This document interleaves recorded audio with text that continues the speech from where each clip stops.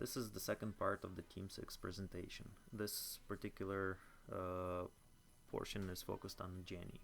So Geni, the way to get to Geni, type in geni.net. It will take you to a login page, and I'm going to skip that because the login process right now is a bit slow for some reason. So if we go to geni.net, and I'll just to show you, click right here, use Geni. It will take you to the portal, and then you log into one of the through one of the universities, and it'll take you to this screen. So prior to using Geni, you need to create yourself SSH keys so you can access the resources, and you need those keys.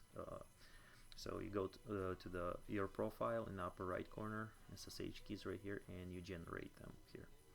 Okay, so you have a project. So to work under Geni, you need to create a project, and you can join existing project, or you can have somebody create you a new one. So under this project, you need to reserve resources, and this particular and you call them slices. So this is DNA slice that we're using for this project, and if we click on it, it will take us to the page. And currently we have, I think this page does already show the same thing. Basically, I already opened this page, and we have two set of resource, or on this slice, two set of resources that were reserved. The first one on Clemson seemed to be a little bit more stable than the one on Cornell. When we reserved resources, quite often I would get like dead nodes, and once the node is dead, you can't access it anymore. The only way to revive it is basically release order all of the resources and run the script again, see if you can get a new set of resources. And it's a little bit time consuming. It takes several minutes for nodes to deploy. So it's not too bad, but a bit time consuming. So the blue one set of resources, all these nodes are configured in a star topology where there's 6 nodes. Node 1 is basically running our Redis server and our DNAstat server, and nodes 2, 3, 4 running DNA client, and I left couple nodes that does not have anything installed to show the actual installation process. That is fairly straightforward. And this is the second set of resources I just redeployed just for demo purposes.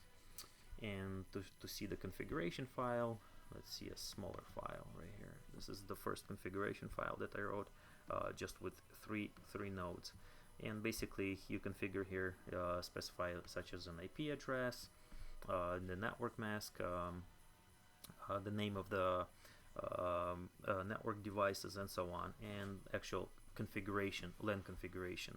So Geni is pretty flexible. It gives you a lot of configuration options, and this is a very simple layout, but you can get this into a really complicated network setup with everything from BGP to switches to regular virtual machines. Okay, so let's go back to the demonstration, and for sake of saving time, I already logged into the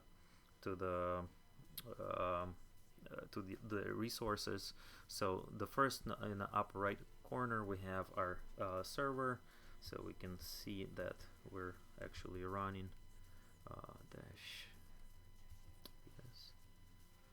There is a little bit of network delay, so makes it a little bit tougher. Okay, pipe, grab server.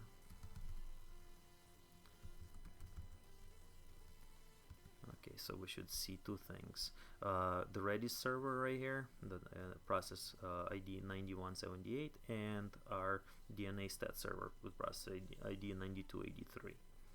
And we can see there's already some already populated or captured results. As we can run curl command. We'll run it right now locally.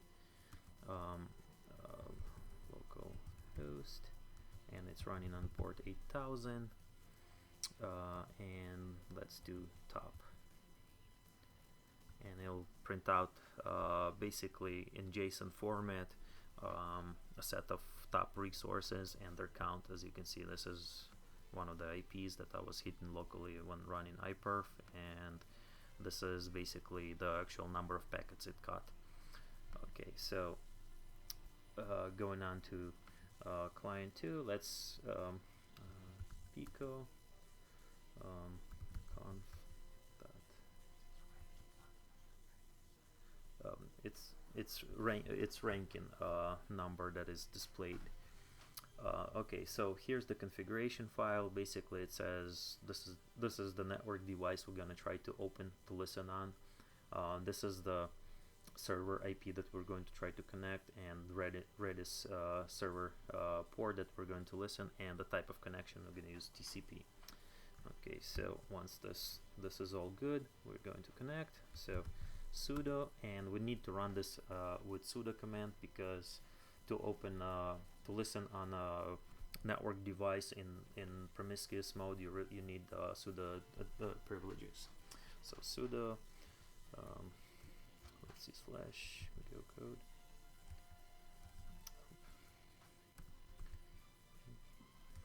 code bin slash dn, and let's run this as a back process. Okay, so as we can see, we're client 1 right now just connected to our server, and this one is already connected, so to save time, and they're all listening they're connected to the same server. As you can see, this is the server IP, and let's see, let's connect to node. Let's exit out of this, exit, clear, and let's connect to node 5 that does not have anything installed, and we'll demonstrate the installation script. So let's run, this is Clemson, let's run node 5. So this one is plain, there is nothing installed, just fresh VM. It's even outdated and it needs, so we'll see how it's going to, how our DNA works. So paste command, basically this is the connections string that Geni gives you, and to log in we also need to specify our SSH keys. So this is the way -i command does that. .ssh slash ID underscore Geni. So now we should be able to log into and the first thing we need to do is install the Go client. So first thing we say trust yes, because this is our first time connecting to this particular node. Okay, while it's loading, let's see, and this is our manual. So the first thing we need to do is we need to install Go language, and already created this nifty script that does this, mostly everything. So paste, and okay, so ls, and we should have this script install Go. So sh install, and this should be fairly quick. It's just the connection, local connection is a bit slow, but on the back end it seems to be pretty decent, so that shouldn't take long. The only thing with the script, the source command, sourcing the profile was not for some reason executing correctly, so I basically have to do this manually. So source that profile, and we can check if we installed Go. If you type in just Go and enter, we should get usage. Yep. So as you can see, Go is now installed, and we have another script basically for installing client. If we go back here, this is to install client. Copy and minimize.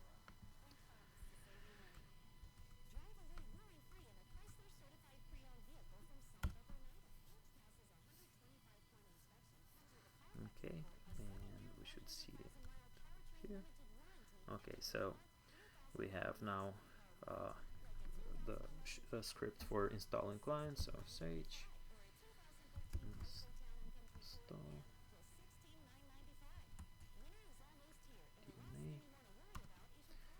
this one should be fairly quick. It's gonna initialize the Git repository, going to pull the project from the Git repository, going to pull the dependency libraries, and it's going to compile everything. But we'll show basically with this setup, our script also updates the local environment variables so that you can also run go command from any directory, or your compiled code is available from any directory. Okay, so let's go to the go code. Actually, let's see. Let's do this. ls -.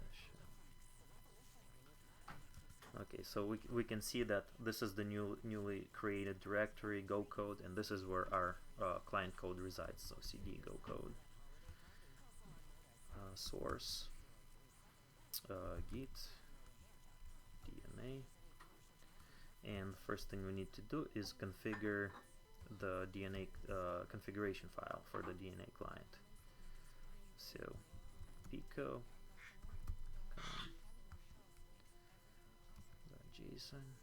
Okay, so on Redis, our device is actually this old configuration is actually off my Mac Air wireless network card, and this is the configuration file for the Redis client with 0 and IP addresses are that I assigned these machines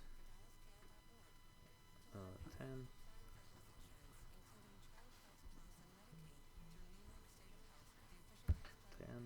and 1.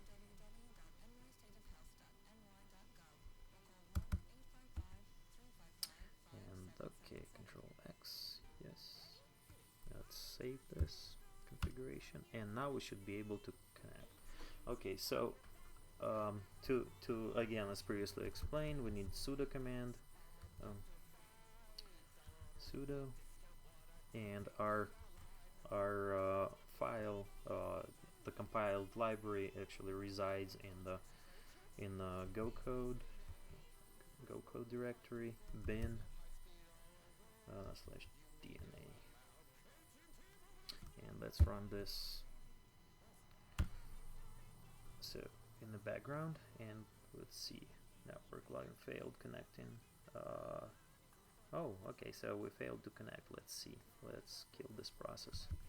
Kill 17, maybe I mistyped something. 17 481. Okay, so let's check the configuration file, because we have a bit of a network lag here, and sometimes it doesn't save things. Let's see, network. Oh yes, we're missing. As you can see, we're missing one of the quotes. Oh, wrong place. This network lag is a bit. Okay, so this looks right. Okay, let's try this again. Yes, same file. Yep, and let's try running this again, and we should see this thing start. Yep. Okay, so now we actually get connected script, and now we should be listening. So since this is a new machine, we can run sudo or new virtual machine to get more variety of IP addresses. Let's run this command, and it's only listening for the TCP traffic. Get update,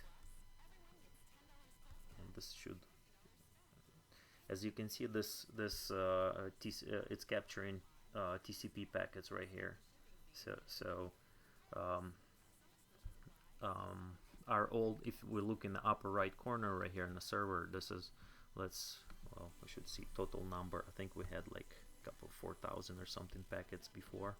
So let's issue the, actually before we're gonna do this, let's run a curl command from another client to show that it's indeed running, that we can access this. Let's see, this is one of the clients. So curl 10.10.10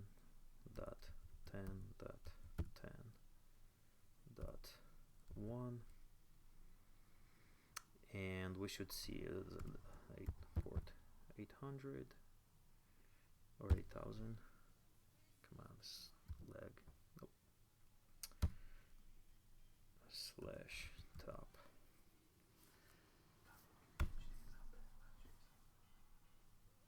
Let's see, curl. Oh, curl is not installed on this package. Okay, sudo apt-get install curl, and this should be pretty quick. Yes, let's install it, and we'll run the same command. Okay, so yep, as you can see, this is already captured TCP packets here as well. And let's see. Okay, so now we should have our curl installed, and let's run this, and we should get, and as you can see, we did get more IP addresses, and you can see there is more. Okay, so total, let's do total. Oh, too many times. Total, and we should see more. I purposely enabled so it prints to the screen, and as you can see here, total count. There is 9 unique IP addresses. I think that, yeah.